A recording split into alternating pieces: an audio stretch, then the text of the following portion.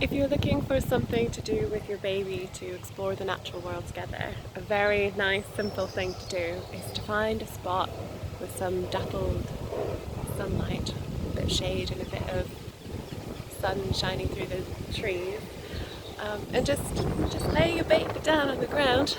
This is my baby Clover. There he is. You can lay down with your baby too, and just have a look. Look what's going on. Looking at the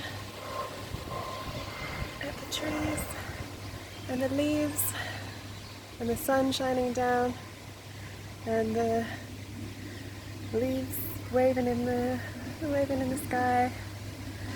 Yeah.